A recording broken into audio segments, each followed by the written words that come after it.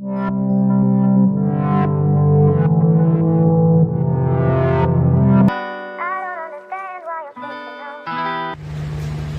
स्वागत है आप सभी का ठाकुर ब्लॉग में। आज के ब्लॉग में आप लोग को भारत के एक बहुत ही प्रसिद्ध मंदिर माता वैष्णो देवी मंदिर के बारे में कुछ रहस्यमय बातें बताएंगे, तो आप लोग भी दर्शन कीजिए आज के ब्लॉग में। आइए चलते हैं उस मंदिर की ओर। आज के वीडियो में मैं आपको दोस्तों माता वैष्णो देवी मंदिर के बारे में बताऊंगा, जो कि जम्मू एंड कश्मीर राज्य के कटरा में है। माता वैष्णो देवी का मंदिर एक ऊंची पहाड़ी पर स्थित है। जो भी मन्नत मानते हैं उनकी मन्नत माता वैष्णो देवी जरूर पूरी करती है।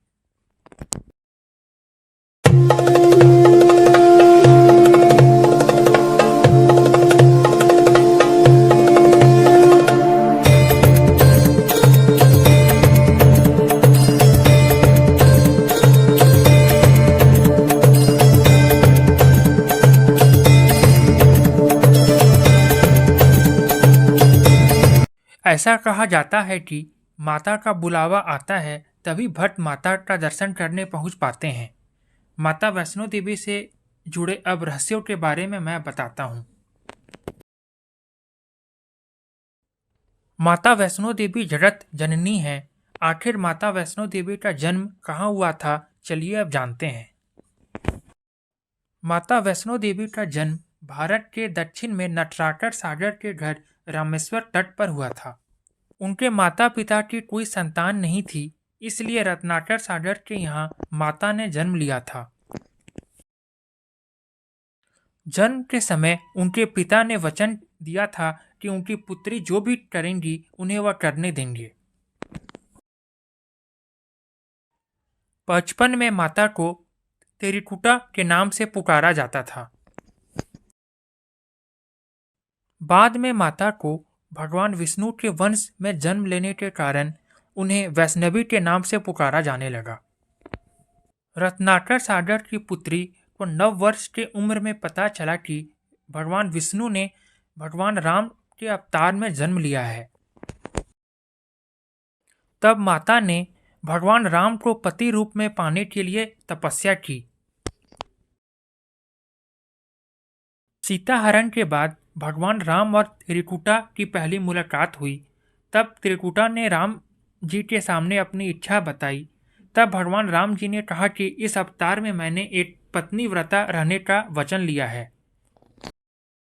मेरा विवाह सीता से हो चुका है। तब त्रिकुटा ने राम जी से बहुत आदर किया। तब राम जी ने कहा कि श्रीलंका से लौटते वक्त जब मैं आपके पास आऊंगा तो आपने मुझे पहचान लिया तो मैं आपसे विवाह जरूर करूंगा। जब भगवान राम श्रीलंका से लौटते वक्त त्रिकुटा के पास गए तो भगवान राम की माया की वजह से त्रिकुटा उन्हें पहचान नहीं पाई। त्रिकुटा को दूर करने के लिए भगवान राम ने कहा कि देवी आप त्रिकुटा पर्वत पर जाकर आप मेरी प्रतीक्षा करें। कलयुग में जब मेरा अवतार होगा तो मैं आपसे विवाह जरूर करूंगा।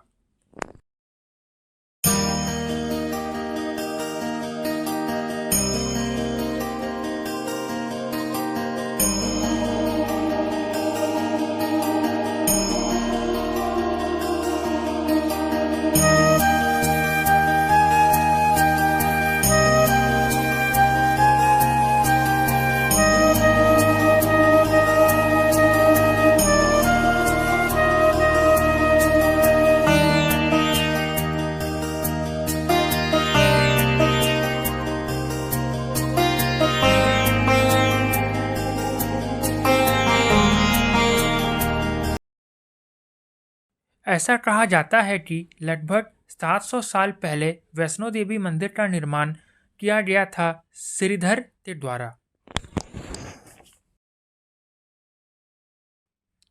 वो बहुत ज्यादा गरीब थे पर उनकी माता वैष्णो देवी में आस्था बहुत थी। ऐसा कहा जाता है कि माता वैष्णो देवी ने उन्हें सपने में दर्शन दिया और कहा कि उनके लिए भंडारा का आयोजन कराया जाए। माता वैष्णो देवी के इस भंडारे के लिए सभी लोग को श्रीधर ने न्योता भी दे दिया। और इस भंडारा को करने में लोगों ने भी काफ़ी मदद किया श्रीधर का। पर यह मदद काम नहीं आ रहा था। भंडारे के दिन नज़दीक आ गए और श्रीधर यह सोच रहे थे कि अपनी स्थिति को देख करके कि कैसे भंडारा हो पाएगा। भंडारा का दिन आ गया, सभी लोग उनके घर आ गए। ब्राह्मण सोच रहे थे सभी लोगों को खाना कैसे खिलाया जाए। इतना खाना था ही नहीं कि सभी को भरपेट खाना खिलाया जाए। इसके बाद ब्राह्मण ने एक लड़की को आते देखा। इसका नाम वैष्णवी था। जितने लोग भी आए इस भंडारा में, सभी लोगों को उस बच्ची ने अपने हाथों से परोस कर खिलाया और सभी ने भरपेट खाना खाया। भंडारे के बाद जब उस बच्चे से मिलना चाहे तो वह बच्ची कहाँ गायब थी, वह किसी को पता नहीं था। कुछ दिन के बाद उस बच्ची का सपना आया श्रीधर को, तो वह बच्ची और कोई नहीं बल्कि माता वैष्णो देवी का ही रूप थी। उसी बच्ची ने उस ब्राह्मण को सनसनी गुफा के बारे में बताया और वह ब्राह्मण गुफा की खोज में चल पड़ा।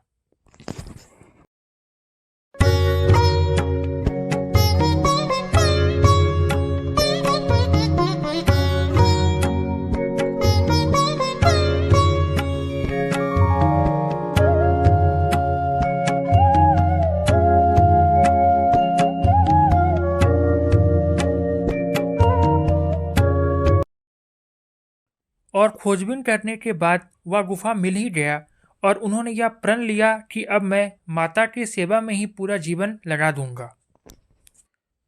और माता वैष्णो देवी के लिए उन्होंने मंदिर भी बनवाया और इस प्रकार श्रीधर के द्वारा माता वैष्णो देवी मंदिर का निर्माण कराया गया।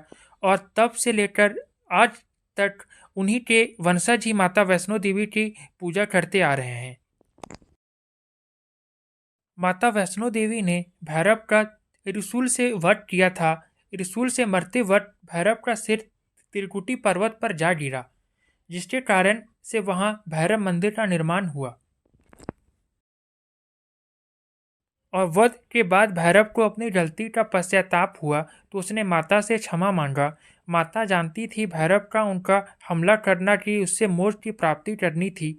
माता ने वरदान देते हुए कहा कि मेरे दर्शन तब तक पूरे नहीं होंगे जब तक भक्त मेरे बाद तुम्हारे दर्शन नहीं करेंगे।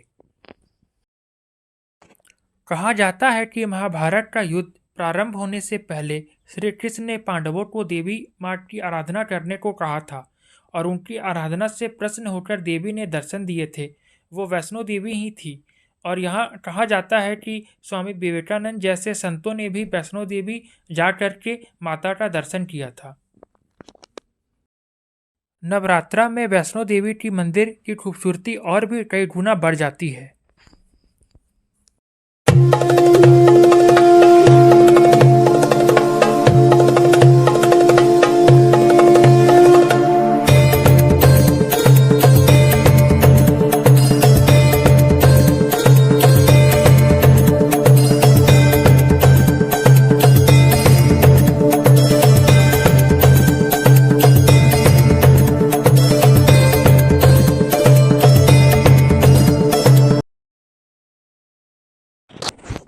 आप अगर वैष्णो देवी जाने का प्लान कर रहे हैं तो आप दिल्ली आ जाएं।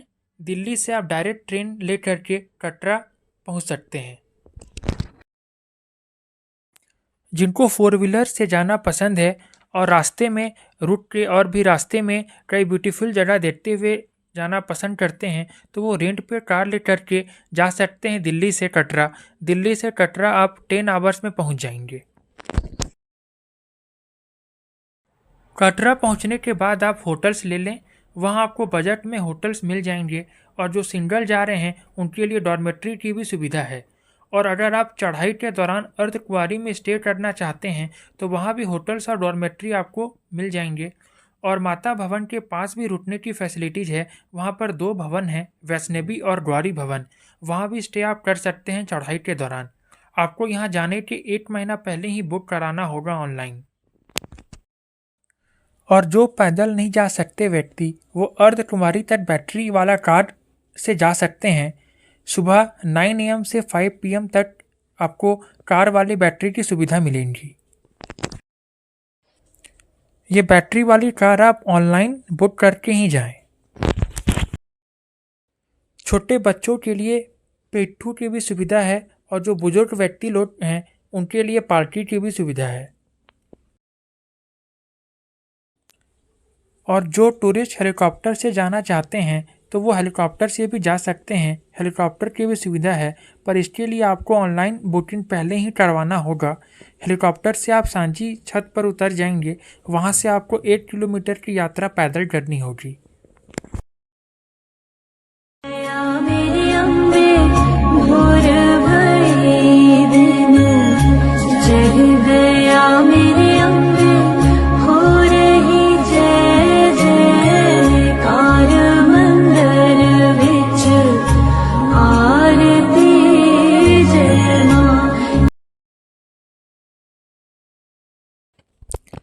माता रानी के दर्शन करने के बाद आप रोपवे की सहायता से भैरव मंदिर जा सकते हैं।